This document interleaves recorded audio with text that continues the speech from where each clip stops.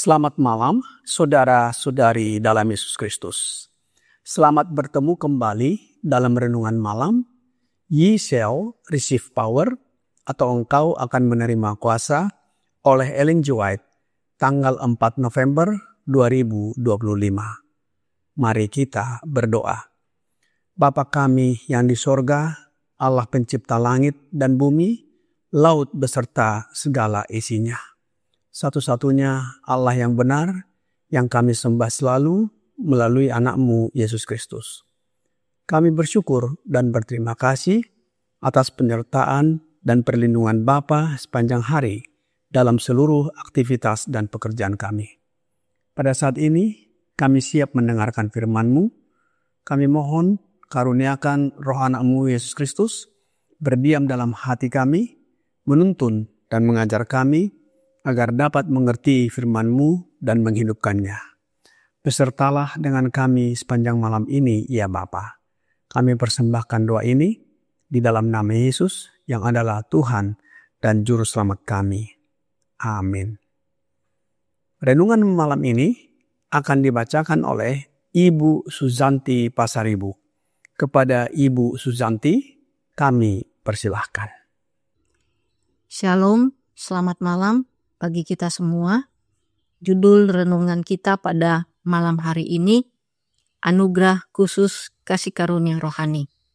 Ayat intinya terdapat pada Kisah Para Rasul 2 ayat 41-42.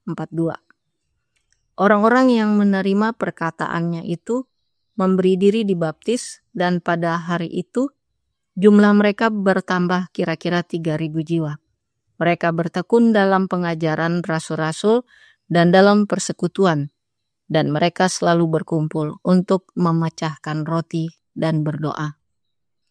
Memang benar bahwa di akhir zaman, ketika pekerjaan Allah di bumi hampir selesai, usaha sungguh-sungguh yang dikerahkan oleh orang-orang percaya yang dikuduskan di bawah bimbingan Roh Kudus harus disertai dengan tanda-tanda khusus perkenanan ilahi, dengan gambaran hujan awal dan hujan akhir yang turun di negeri-negeri timur pada waktu menabur dan menuai.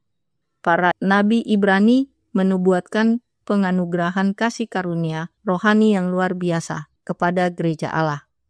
Pencurahan Roh Kudus pada zaman para rasul adalah awal dari hujan awal atau hujan awal, dan hasilnya adalah hujan yang mulia.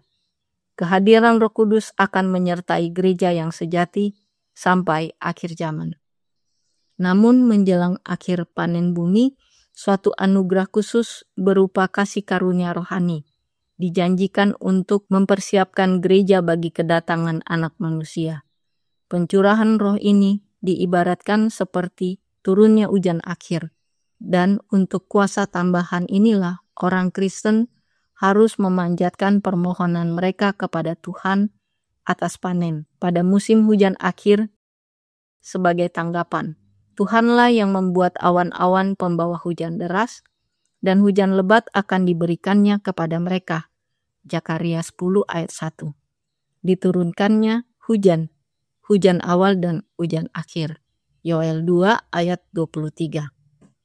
Namun jika anggota gereja Allah saat ini tidak memiliki hubungan yang hidup dengan sumber segala pertumbuhan rohani, mereka tidak akan siap untuk masa menuai.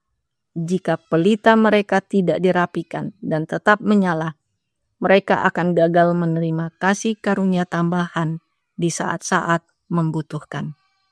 dikutip dari buku The Acts of the Apostle halaman 5455. Demikianlah renungan malam kita pada hari ini. Saya bawa dalam nama Tuhan Yesus. Amin. Terima kasih atas penata layanan Ibu Susanti. Tuhan Yesus memberkati. Saudara-saudari dalam Yesus Kristus. Judul renungan malam ini, Anugerah Khusus Kasih Karunia Rohani. Renungan ini merujuk pada pencurahan Roh Kudus secara luar biasa yang dijanjikan Allah kepada umatnya menjelang kedatangan Yesus yang kedua kali. Sebagaimana kita sudah mendengarkan dalam renungan malam sejak tanggal 1 November bahwa pada masa para rasul, Roh Kudus dicurahkan pada hari Pentakosta. Inilah yang disebut hujan awal. Kisah para Rasul 2 ayat 1-4. Namun, menjelang akhir zaman, Allah akan kembali mencurahkan Roh Kudus dengan kuasa yang lebih besar lagi. Ini disebut hujan akhir. Di dalam Yoel 2 ayat 23 dan Zakaria 10 ayat 1 menyatakannya. Anugerah khusus ini bukan sekedar berkat biasa, tetapi kuasa rohani tambahan untuk mempersiapkan umat Allah menghadapi masa penuaian terakhir, yaitu saat Injil diberitakan ke seluruh dunia sebelum Yesus datang dan memberi kekuatan rohani kepada umat Allah di akhir zaman agar bertahan dalam ujian terakhir. Roh nubuat di dalam God's Amazing Grace halaman 220 paragraf 3 berkata, sebagaimana Kristus dimuliakan pada hari Pentakosta, demikian pula Dia akan dimuliakan kembali dalam pekerjaan Injil terakhir, ketika Dia akan mempersiapkan suatu umat untuk bertahan dalam ujian terakhir, dalam konflik penutup dari pertentangan besar. Anggota gereja Allah, jemaat Allah atau umat Allah saat ini harus memiliki hubungan yang hidup dengan sumber segala pertumbuhan rohani, yaitu Allah Bapa melalui anaknya Yesus Kristus, agar siap untuk masa menuai dan menang dalam ujian terakhir, dalam konflik penutup dari pertentangan besar. Hubungan yang hidup ini dilambangkan dengan pelita yang dirapikan dan tetap menyala. Jika pelita kita tidak dirapikan dan tidak menyala, kita akan gagal menerima hujan akhir dan juga gagal dalam ujian terakhir, dalam konflik penutup dari pertentangan besar. Mengenai pelita yang tetap menyala karena minyak di dalam buli-bulinya, kita dapat membaca di dalam Matius 25 ayat 1-13 mengenai perumpamaan 10 anak darah.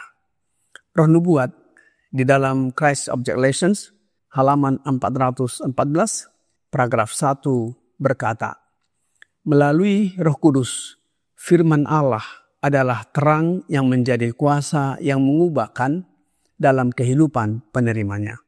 Dengan menanamkan asas-asas firman-Nya di dalam hati mereka, Roh Kudus mengembangkan sifat-sifat Allah dalam diri manusia.